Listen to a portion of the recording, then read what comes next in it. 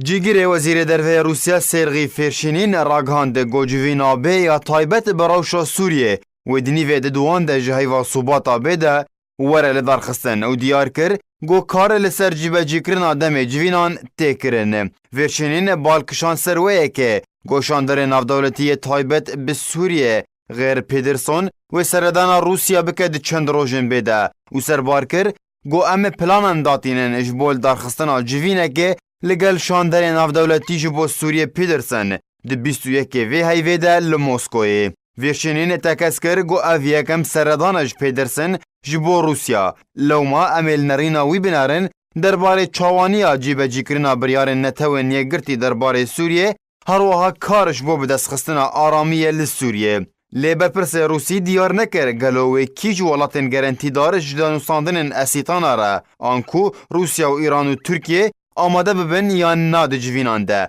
هر وها بحثا شاندن اپوزیسیون و رژیم سوریه جی نکرن گلو کینو نراتیا وان بکه د وان جوینان ده. اوه یکم گرج دانوستاندن آسیتانا پشتی وکشاندنا دیمستورا جی کاری خوک و شاندن نافدولتی جبو سوریه گوته پیش بینی کرن گو بحثا آمده کارین کمیتا دستوری سوری وره کرن. هر وها بشکی مزن جوان جوینان بدن روشا باکور سوریه به تایبتی روشا پارزگاه ادلبه.